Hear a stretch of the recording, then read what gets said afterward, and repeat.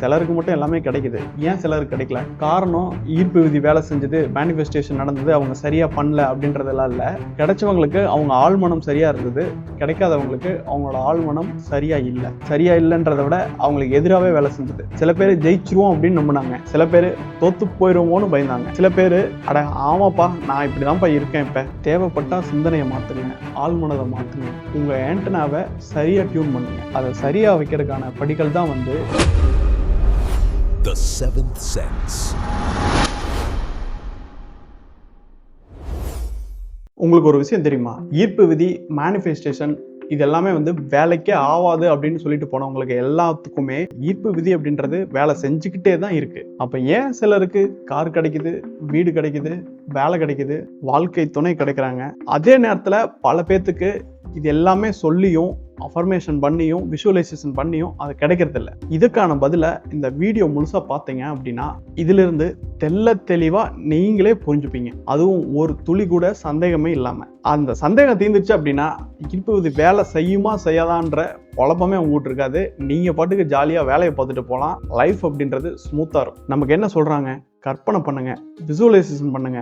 Car வேணும் அப்படின்னா car ஓட்டுற மாதிரியே கற்பனை பண்ணுங்க, கார் ஷோரூமுக்கு போய் பாருங்க. வீடு வேணும் அப்படின்னா புது வீடு கட்டி புண்ணியாசனம் பண்ற மாதிரி, அதுக்கப்புறம் அதுல வீட்டுல வந்து உட்காந்துட்டு அந்த வீட்டை அனுபவிக்கிற மாதிரி அப்படியே கற்பனை பண்ணுங்க அப்படின்னு சொல்றாங்க. உணருங்க, இதெல்லாம் கிடைக்கும் அப்படின்னு சொல்றாங்க. இதுல எல்லாம் எந்த தப்பும் கிடையாது, ஆனா முழு உண்மையும் கிடையாது. நீங்க குறிப்பிட்ட மாடல் ஒரு காரை, மாருதி சுசுகில இந்த மாதிரி காரை வாங்கணும்னு முடிவு பண்ணிட்டீங்கன்னு வச்சுக்கோங்களேன், உங்க கண்ணில் அந்த காரா படும். ரோட்ல எங்க போனாலும் அந்த கார் கண்ணில் விடும். உடனே நீங்க அடடா பிரபஞ்சமே எனக்கு அனுப்பிச்சிருச்சுப்பா அப்படின்னு ஒரே புல்லரிச்சு போயிட்டு ஏதாவது ஒரு லோனுக்கு போட்டு அந்த காரை வாங்குறது. அதே மாதிரி வீடு கட்டணும் அப்படின்னா உங்க கண்ணில் வந்து வீடும் கண்ணில் படும். அடுத்தது வந்து இந்த லோன் தரம்பா வீட்டுக்கு அப்படின்னு அந்த ஹோம் லோன் அதுவும் கண்ணில் படும். ரெண்டையும் லோனை போட்டு வீட்டை கட்டிடுவீங்க.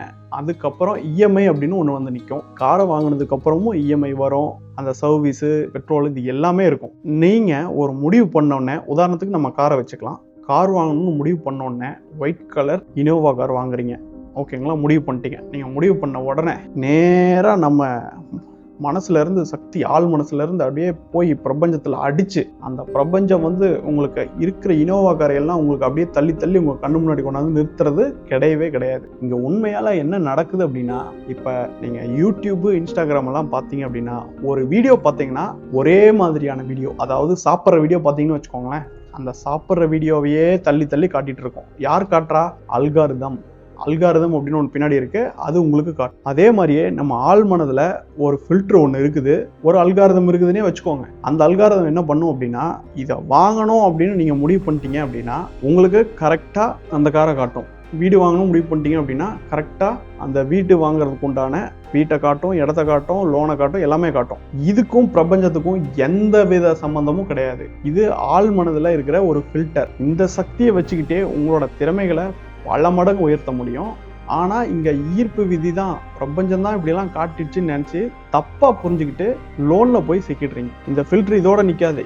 எதை முக்கியம்னு நினைக்கிறீங்களோ அதை உங்களுக்கு கண்ணில் காட்டிக்கிட்டே இருக்கும். நீங்க ஒரு சோகத்துல இருந்தாலும் சரி, ஒரு குழப்பத்துல இருந்தாலும் சரி, அதே மாதிரியான முடிவுகளை கண்ணில் காட்டிக்கிட்டே இருக்கும். இது எப்படி அப்படின்னா, அந்த கார் அங்கதான் போயிட்டு இருந்திருக்கும், அந்த காரை நீங்க கவனிச்சிருக்க மாட்டீங்க. முக்கியம் நான் வாங்குவேன் அப்படின்னு நினைச்ச உடனே அந்த காரை உங்களுக்கு ஜூம் பண்ணி காட்டும். அதே மாதிரி தான் உங்களுக்கு கார், வீட்டை காட்டியிருக்கு. நீங்க லோனை போட்டு வாங்கினது அப்படின்றது நீங்க செஞ்ச தப்பு. ஷார்ட்கட்டை தேடி எடுத்துட்டீங்க. அப்புறம் இன்னொரு முக்கியமான விஷயம், இந்த பிரபஞ்சம், ஈர்ப்பு விதி, மேனிஃபெஸ்டேஷன் இதெல்லாம் தெரிஞ்ச உடனே என்ன கேட்குறாங்க அப்படின்னா, கார் வேணும்ப்பா, வீடு வேணும்ப்பா, பணம் வேணும்ப்பா அப்படின்னு பிளைண்டா ஆசை. அவங்களுக்கு இந்த ஆசையை அப்படியே வந்து கேட்குறாங்க. உன்னை மறந்துடுறீங்க, அதை வாங்கி மெயின்டைன் பண்ணக்கூடிய திறமை என்கிட்ட இருக்கா?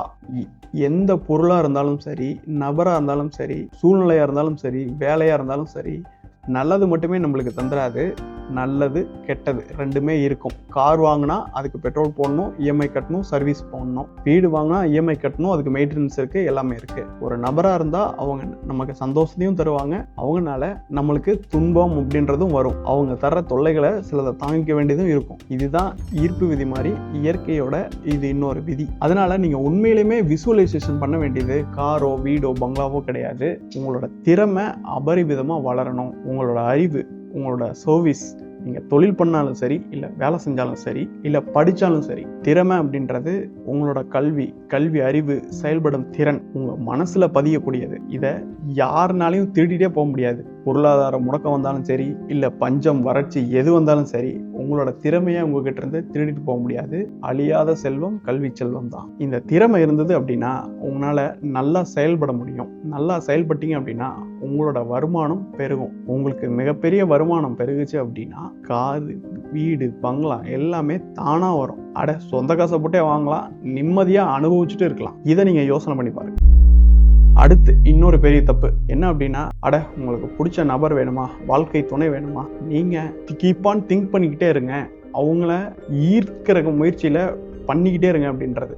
நல்லா புரிஞ்சுக்கோங்க, 2 தனித்தனி மனசு. நீங்க எப்படி உங்களுக்கு சிந்திக்கிறதுக்கு, நீங்க ஈர்க்கிறதுக்கெல்லாம் உரிமை இருக்கோ, அவங்களுக்கும் அவங்கள சிந்திக்கிறதுக்கெல்லாம் உரிமை இருக்கு. ஒத்து போகாத 2 பேர்த்த வலுக்கட்டாயமா நீங்க மனசுல ரொம்ப திரும்ப சிந்திச்சு ஈர்த்தீங்க அப்படின்னா அடி உங்களுக்கு தான் விழுகும். பட்டாம்பூச்சி மாதிரி உறவு அப்படின்றது தானா வந்து உட்காரணும். நீங்க துரத்தி பிடிக்கிறது என்பது முடியவே முடியாத காரியம்.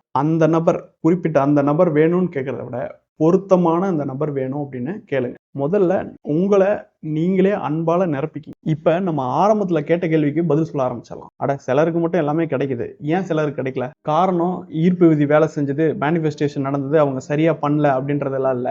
கிடைச்சவங்களுக்கு அவங்க ஆழ்மனம் சரியா இருந்தது, கிடைக்காதவங்களுக்கு அவங்களோட ஆழ்மனம் சரியா இல்லைன்றதை விட அவங்களுக்கு எதிராகவே வேலை செஞ்சது. சில பேர் ஜெயிச்சிருவோம் அப்படின்னு நம்பினாங்க, சில பேர் தோத்து போயிடுவோம்னு பயந்தாங்க, சில பேர் ஆமாப்பா நான் இப்படிதான்ப்பா இருக்கேன், இப்ப வேலை இல்லாம தான்ப்பா இருக்கேன்னு ஏத்துக்கிட்டாங்க. சில பேர் செயல்பட்டாங்க, சில பேர் என்ன பண்ணாங்க, வெறும் கற்பனை மட்டுமே பண்ணிட்டு இருந்தாங்க, இந்த பிரபஞ்சம் கொண்டு வந்து காலடியில கொட்டும் அப்படின்னு நினைச்சிட்டு இருந்தாங்க. சில பேர் ஆழ் மனசுல இருந்த முரண்பாடான நம்பிக்கைகளை உடைச்சாங்க. பணக்காரங்களே எனக்கு பிடிக்காது, ஆனா நான் பணக்காரன் ஆகணும். கார்பரேட் எனக்கு பிடிக்காது, நான் கார்பரேட்ல வேலை செய்யணும். இப்படின்ற முரண்பாடான நம்பிக்கைகளை உடைச்சாங்க. சிலர் அதையே நம்பினாங்க, அப்படியே வச்சிருந்தாங்க. சமூகம் என்ன சொல்லுதோ அதை அப்படியே ஏத்துக்கிட்டாங்க.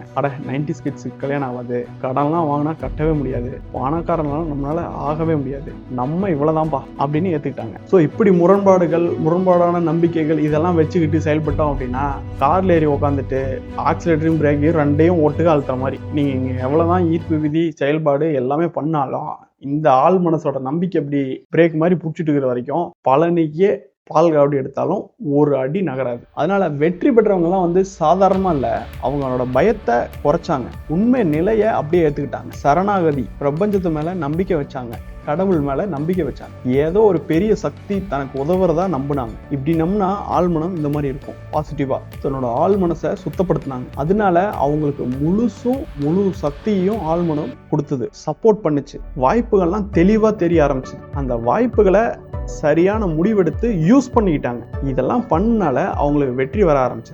இந்த பிரபஞ்சத்திலிருந்து வர்ற சிக்னல் நேத்து வந்துச்சு, இன்னைக்கும் வந்துட்டு இருக்கு, என்னைக்குமே வந்துகிட்டே இருக்கும். பிரச்சனை என்ன அப்படின்னா அந்த பிரபஞ்சத்திலிருந்து வர சிக்னல் கிடையாது, நம்ம கிட்ட இருக்கிற நம்மளோட ஆண்டனாவை தான் சரியா டியூன் பண்ணணும். ஆண்டனா அப்படின்னு சொல்றது நம்மளோட ஆழ்மனம். முரண்பாடான நம்பிக்கை நம்ம ஆழ் மனசுல இருந்தா, உண்மையை ஏத்துக்காத நிலை நம்ம ஆழ் மனசுல இருந்தா, பயம் இருந்தா, குழப்பம் இருந்தா எப்பவுமே சிக்கல் வந்துகிட்டு தான் இருக்கும். ரிசல்ட் வரல அப்படின்னா பிரபஞ்சத்தை சந்தேகப்படுறதுக்கு முன்னாடி என்னோட சிந்தனை சரியா, என்னோட முடிவு சரியா, என்னோட ஆழ்மனம் சரியா இருக்கா, தேவைப்பட்டா சிந்தனையை மாத்துங்க, ஆழ்மனதை மாத்துங்க, முடிவுகளை மாத்துங்க, செயல்பாடை மாத்துங்க, தீவிரப்படுத்துங்க. உங்க ஆண்டனாவை சரியா டியூன் பண்ணுங்க. அதை சரியா வைக்கிறதுக்கான படிகள் தான் வந்து சரண்டர், சரணாகதி, அக்செப்டன்ஸ், ஏற்றுக்கொள்ளுதல், அஃபர்மேஷன், அதாவது உறுதிமொழிகள், மனசுக்குள்ள நீங்களே சொல்லிக்கிறது. இதையெல்லாம் சரியா பயன்படுத்தி உங்களோட அன்றாட வேலைகளை நிம்மதியா பார்த்துக்கிட்டே இருங்க. எந்நேரம் அஃபர்மேஷன் பண்ணிக்கிட்டு உங்களுக்கு வெற்றி கிடைக்குமா கிடைக்காதா, இல்லை எப்போ கிடைக்கும் அப்படின்றதையெல்லாம் யோசனை பண்ணிட்டு இருக்காம அதை சரண்டர் பண்ணிட்டு பிரபஞ்சத்தோட கையில விட்டுட்டு உங்களோட வேலையை மட்டும் ஃபோக்கஸா பார்த்துக்கிட்டே வாங்க. வெற்றி அப்படின்றது தானா ஒரு நாள் உங்களை தேடி வரும். இலக்கை அடையிறது மட்டுமே வெற்றி அப்படின்னு இல்லாம அந்த இலக்கை அடையக்கூடிய அந்த பயணம் இருக்கு இல்லையா, அந்த பயணமே வெற்றியா இருக்கும், மகிழ்ச்சியா இருக்கும் உங்களுக்கு. அப்படிப்பட்ட இலக்கை நீங்க வையுங்க. அப்படிப்பட்ட இலக்கை நோக்கி பயணம் செய்வதற்குண்டான செயல்களை செய்யுங்க. உங்க வாழ்க்கை அப்படின்றதே இனிமையா, ஒரு அற்புதமா, சந்தோஷமா மாறிடும். இதை நீங்க உடனே செயல்படுத்துங்க. இதுல ஏதாவது சந்தேகங்கள் எல்லாம் இருந்ததுன்னா அப்படின்னா நீங்க கமெண்ட்ல பதிவு பண்ணுங்க. நன்றி நண்பர்களே.